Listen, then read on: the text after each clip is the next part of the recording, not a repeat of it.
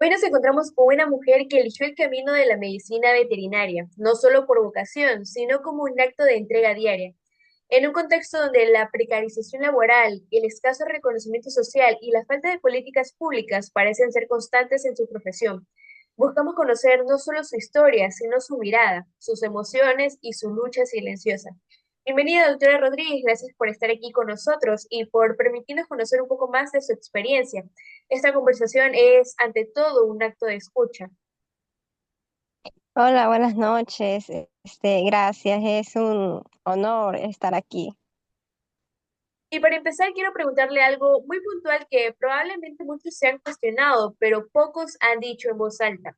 ¿Considera usted que ejercer la medicina veterinaria en Ecuador implica condiciones laborales precarias?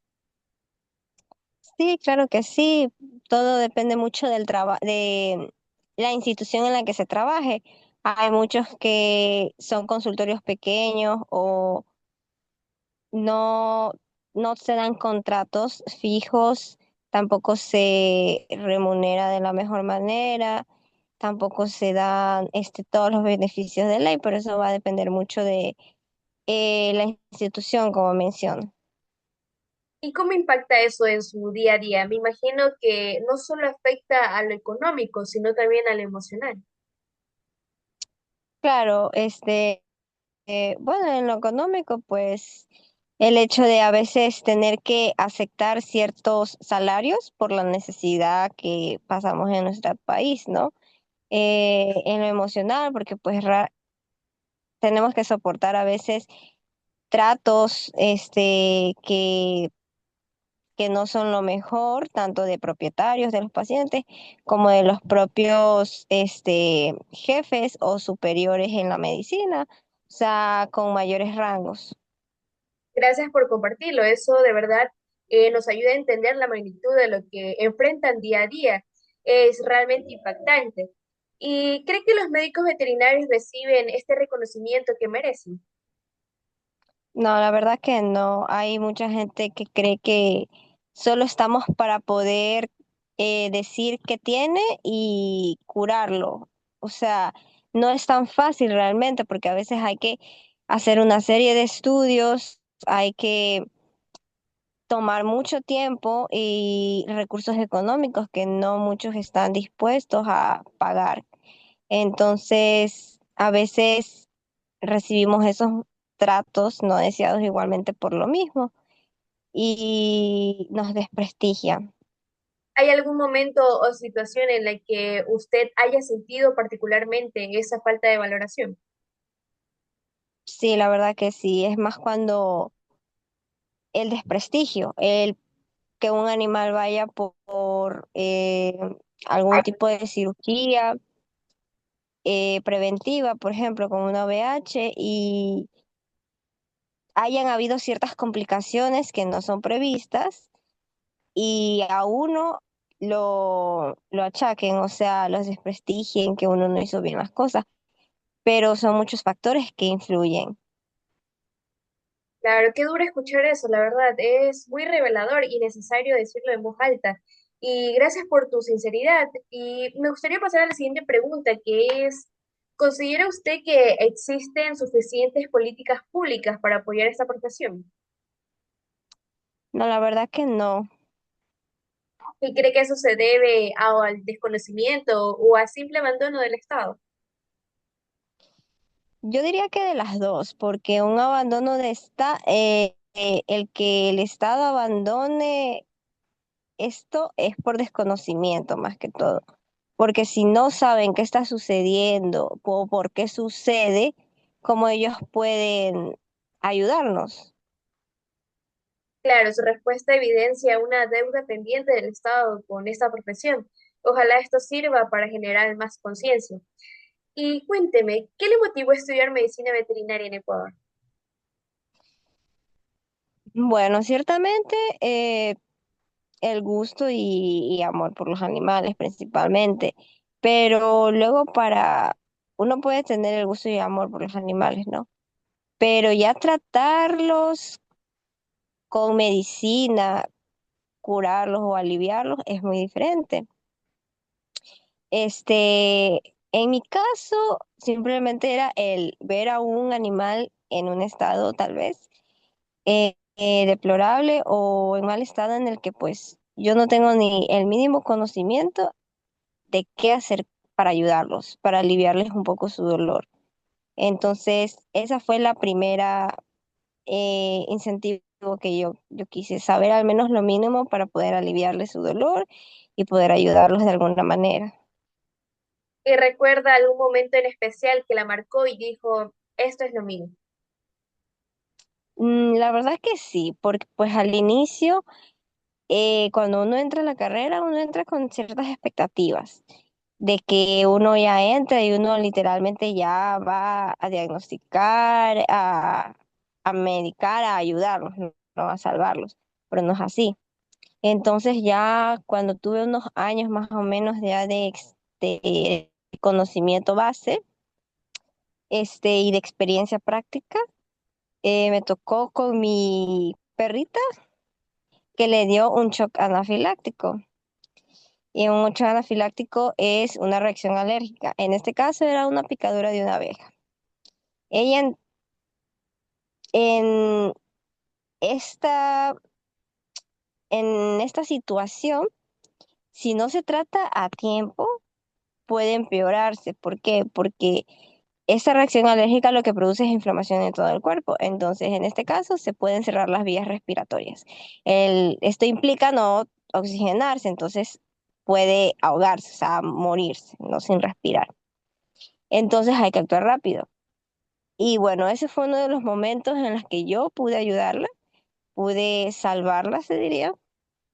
Y fue uno de los momentos en los que yo dije, esto sí es porque pues hice algo, hice lo que decía desde el inicio, poder ayudarlos de alguna manera y en este caso pude salvarle la vida, porque si yo no hubiera sabido llegar a una clínica de emergencia, me hubiera tomado siquiera media hora en la que se hubiera muerto, la verdad. Qué Entonces, hermoso, esa es una de las experiencias. wow, en serio, qué hermoso escucharlo así. Esos momentos vocacionales realmente dejan una huella. ¿Y cuáles han sido los principales retos que ha enfrentado usted como médica veterinaria? Bueno, puede ser en este caso los recursos, las situaciones económicas, este, los clientes exigentes. ¿Y cómo logró sobrellevar esa dificultad? ¿Qué fue lo que la sostuvo emocionalmente? La verdad, el seguir queriendo ayudar, la verdad, porque a veces uno piensa que es tratar solo con los animales, pero no, no es tratar con los animales. Uno a veces decide estudiar medicina veterinaria porque digo, yo no voy a tratar con personas, pero es mucho más. No solo tratas con animales, tratas con las personas y el animal. Tú para poder em, realizar procedimientos al animal necesitas el permiso de los tutores. Y eso implica conversar con ellos, explicarles la situación, lo que hay que hacer, lo que se debería de hacer para poder ayudarlos. Entonces, a veces eso de ahí es complicado, pero el pensar que ya me toca hacerlo, pero lo estoy haciendo por él, porque lo quiero ayudar, porque está tan mal que no importa, voy a hacer lo que sea posible por, no sé si me pone contras por precios o porque no le parece o porque cree que no es seguro el procedimiento o algo, pues pensar en el animal, ¿no? De alguna forma para tratar de ayudarlo y eso. Admiro mucho la forma en cómo ha logrado enfrentar esas situaciones. Se nota que su vocación es más fuerte que cualquier obstáculo. Y cuénteme, ¿cómo ha cambiado su perspectiva desde que comenzó a ejercer hasta ahora? Bueno, la verdad que es bien complicado porque al inicio uno cree que es sencillo, que llega un caso, uno lo atiende, lo revisa, hace exámenes y manda una receta. Y no es así, realmente. Es tedioso, es una serie de exámenes y análisis y tomar decisiones y saber qué va a pasar a continuación.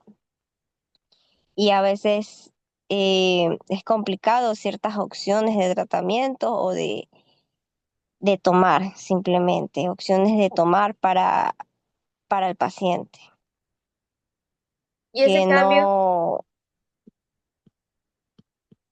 y sí, ese dígame. cambio fue un golpe duro o le permitió adaptarse con más fortaleza. Al inicio fue duro, sí, fue duro porque a veces uno no espera esas situaciones, uno espera que llegue el paciente, se hagan los análisis requeridos y ya, y saber qué es y tratarlo, pero no. Entonces, cuando ya llegan esas situaciones en las que son más complicadas, al inicio es difícil, pero ya con el tiempo uno se logra acostumbrar, entre comillas, pero es porque ya lo vivió, ya sabe qué pasó, pero, o sea, el sentir no se va a ir, pero pues ya toca acostumbrarse porque uno ya a veces lo ve a diario que ya uno se vuelve fuerte, ya por los propios tutores se vuelve fuerte. Esa transformación que perdón, refleja mucha madurez. A veces el cambio duele, pero también nos fortalece. Y si el Estado destinara mayores fondos a la medicina veterinaria, ¿qué cambio priorizaría usted? Mm, la verdad que la capacitación a la comunidad más que todo, porque si hay una capacitación, una enseñanza a la comunidad, a la ciudadanía, se podrían prevenir mucha sobrepoblación, más que todo de animales y también de enfermedades. ¿Por qué? Porque el desconocimiento es lo peor que puede haber. Más en un país tan pequeño, porque somos pequeños a comparación de otros países. También el acceso a insumos y a infraestructuras públicas, ¿no? Porque pues si se priorizara esto, podríamos reducir la sobrepoblación de animales. ¿Por qué? Porque muchas personas creen que la perra necesita tener, la perra o la gata necesita tener al menos una camada para poder esterilizarla, que se pueden enfermar o algo, pero eso es un mito, eso no es verdad. Siempre se puede hacer después del primer celo. Entonces, se podrían evitar muchos embarazos no deseados y evitarse mucha sobrepoblación de animales. Pero a veces esta ignorancia que hay en muchas personas no ayuda. Entonces, sí sería muy óptimo que implementaran capacitaciones a la comunidad en ciertas áreas, más que todo rurales, igualmente urbanas, porque hay gente que sigue manteniendo esta creencia. Claro, tiene mucho sentido lo que plantea, porque es allí donde el impacto puede ser inmediato y real. Y si pudiera dirigirse cara a cara con las autoridades responsables, ¿qué mensaje personal y profesional les transmitiría desde su experiencia? Mm, bueno, que nos tome mucho en cuenta, ¿no? Porque somos profesionales de la salud como los médicos humanos. No, vemos por el respeto, por el apoyo y por políticas que puedan protegernos tanto a nosotros como a los animales, que son cosas que no existen, que se podrían priorizar. ¿Y cree que su voz representa también la de muchos colegas? Sí, claro que sí, porque pues todos vivimos de la misma manera.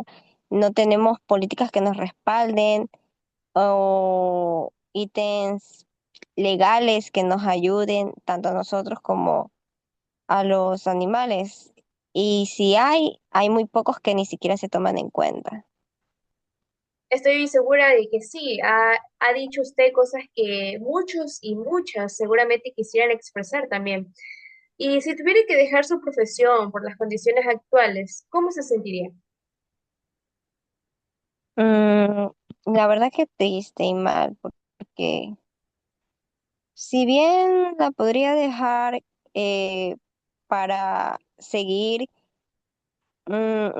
conseguir una mejor vida en otro lugar y todo eso, me, me dolería, ¿no? Porque yo inicié por algo, ¿no? Y al menos yo lo que inicio me gusta terminarlo, ¿no? O sea, los objetivos, fue mi objetivo inicial. Entonces sería difícil, pero creo que tarde o temprano volvería a hacerlo igualmente. Qué doloroso debe ser, si quiere imaginarlo, se nota lo mucho que ama lo que hace. ¿Y podría darme un ejemplo de una situación en la que la falta de insumos haya dificultado su trabajo como veterinario?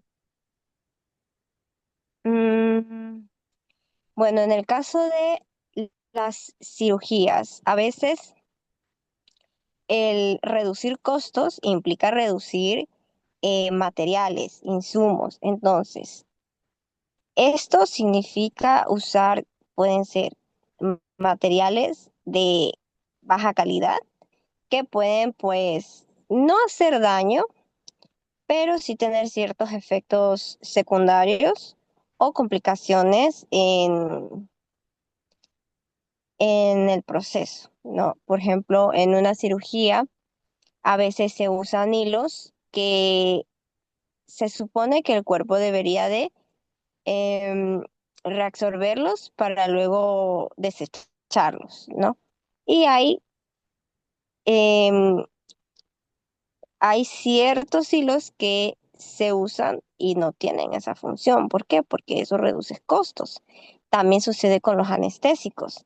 Hay anestésicos que son muy potentes, de mayores efectos a largo plazo, que por ejemplo no pueden, es una cirugía de, digamos que de 15, 20 minutos. Y yo solo lo necesito que esté dormido ese tiempo, anestesiado ese tiempo. Pero ese anestésico tiene siquiera una duración de efectos de más de media hora, de una hora. Entonces ellos aunque estén medio despiertos, ellos van a seguir medio dormidos, van a seguir bobos. Eso de ahí no es una cirugía de recuperación rápida, porque lleva tiempo. Y el que lleve tiempo necesita más supervisión, porque el animal, si no se lo supervisa, puede morirse ahogado o puede tener algún tipo de vómito, puede broncoaspirar, igualmente morir. Entonces son cosas que a veces por reducir costos hay que igual estar al tanto, donde pues hasta cierto punto es delicado con el paciente. Eso deja claro que muchas veces hace milagro con lo mínimo y eso es realmente admirable. Y cuénteme, ¿ha sentido que su salud mental se ha visto afectada por su trabajo? Sí, claro que sí. El vivir muchas experiencias dolorosas, tratar con clientes a veces eh, déspotas o que no comprenden la situación, o el maltrato de colegas o de otras personas que te desprestigian. Sí, es una ensalada de todas las emociones.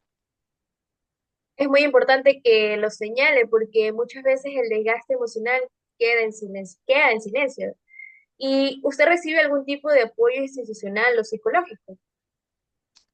No, la verdad que no. ¿Y cree que eso también influye en que muchos abandonen la profesión? Claro que sí, definitivamente. Hay algo en la carrera veterinaria que todo el mundo conoce, que se llama es el burnout. El burnout básicamente es eso, es la ansiedad, el estrés y depresión por la medicina, porque hay que, o sea, ya vivimos en un día de clínica ajetreado, con estrés de labores, de pacientes, este, de procedimientos, de análisis. Y aparte de tener que estar al pendiente de los tutores, de los propietarios, de los pacientes, y que encima te desprestigien o que no vean ese reconocimiento, no reconozcan todo lo que tú estás sacrificándote, porque incluso son muchas horas en las clínicas donde tú pasas y sin descansar tus 8 horas, es una acumulación en la que uno ya se cansa y llegas a estas situaciones en donde hay muchos colegas que se han suicidado. Por eso existe la medicina veterinaria, es uno de las primeras profesiones con más suicidios. Qué lamentable y qué necesario cambiar esa realidad. El apoyo psicológico debería ser parte del ejercicio profesional. Y hablemos de los jóvenes que desean estudiar medicina veterinaria. Coméntenos qué consejo personal usted les daría considerando su experiencia y los desafíos actuales. Mm, que nunca entren con expectativas, definitivamente, porque uno puede esperar muchas cosas, pero cuando se topa con la realidad, a veces se decepciona y se arrepiente mucho. Y muchos que no terminan, ya sea la carrera o ejerciendo, terminan estudiando otra cosa, trabajando en otra cosa. Entonces, si no es algo con lo que ustedes digan de que no importa si no me gusta o no importa si no lo voy a soportar, voy a seguir porque pues lo que yo empiezo termino, que no lo empiecen mejor, porque es enfrentarse a muchas cosas y si no tienes el la fortaleza para todo eso, mejor no hacerlo. Ese consejo vale oro porque viene de alguien que ha recorrido el camino con esfuerzo y con mucha entrega. Ahora bien, la situación de los animales en Ecuador genera muchas posturas. ¿Cuál es su percepción personal sobre el nivel de protección animal y cómo le afecta eso en lo emocional y profesional? La verdad que, o sea, es casi nada. Hay mucho abandono, hay maltrato y hay mucha gente inconsciente que comete ciertos delitos, que creen que, o sea, no tienen ¿cómo se diría? Importancia. Pero no es así, porque al fin y al cabo estamos hablando de vidas. O sea, una vida es una vida. No porque sea un animal quiere decir que no valga. Entonces, aunque hay el Departamento de Bienestar Animal y Protección, tampoco es que se puede hacer mucho porque tampoco ellos están al tanto de cada caso, al tanto de cada maltrato. También existen muchas denuncias falsas. Entonces, entre denuncias falsas y todo esto, es complicado el poder acaparar todo, ¿no? ¿Y cómo logra seguir trabajando en medio de esa realidad? ¿Dónde encuentra esperanza? Bueno, como mencioné anteriormente, pues en el intentar seguir ayudando y aliviando el dolor y salvando vidas de algunos de los animales que lleguen, porque pues sí puedo por ellos, aunque no pueda por otros, pero puedo por ellos. Gracias por compartir esa respuesta tan honesta. En medio de tanto dolor, encontrar esperanzas es un acto valiente. Compartir un sueño siempre revela algo profundo del ser humano. Cuéntenos cuál es el mayor anhelo que guarda como veterinaria y lo que significa para usted verlo cumplido. Bueno, aún no tengo un mayor anhelo, pero sí me gustaría en algún futuro, este, poder brindar mi servicio privado, independiente, pero hacerlo a mi manera, ¿no? De una manera en la que yo crea que es justa en la que crea que es rentable y en la que crea que es accesible dependiendo de las personas. Porque si bien es cierto que hay muchas personas que son de bajos recursos y otras no, pero realmente tienen esa validez por querer ayudar y yo puedo hasta cierto punto, lo haré. Pero tampoco podemos ser, bueno, hay que ser realistas. Nada en esta vida es gratis porque todo cuesta. Entonces tampoco es tan fácil así como que hay una consulta gratis, pero yo te, yo podría hacer consultas gratis, pero ¿y la medicina? La medicina no es gratis. Entonces es complicado el crear idealismos que no existen en este mundo, peor en este país con poca economía y con precariedad en muchas áreas. Ojalá ese sueño se cumpla porque es más que personal, es un deseo colectivo que podría transformar muchas realidades. Y bueno, más allá de los datos, esta entrevista nos deja algo mucho más profundo, la voz de una mujer que ama su profesión, pero que también ha tenido que sostenerla entre precariedad, olvido institucional y resistencia diaria. Gracias por compartir su historia con tanta verdad y por recordarnos que detrás de cada consulta veterinaria hay mucho más que ciencia, hay sensibilidad, compromiso y sobre todo humanidad. Y gracias también a quienes nos acompañaron en esta conversación. Ojalá esta entrevista haya sido una oportunidad para mirar la medicina veterinaria con otros ojos, con más empatía y con más conciencia. Nos encontraremos en una próxima entrega. Gracias.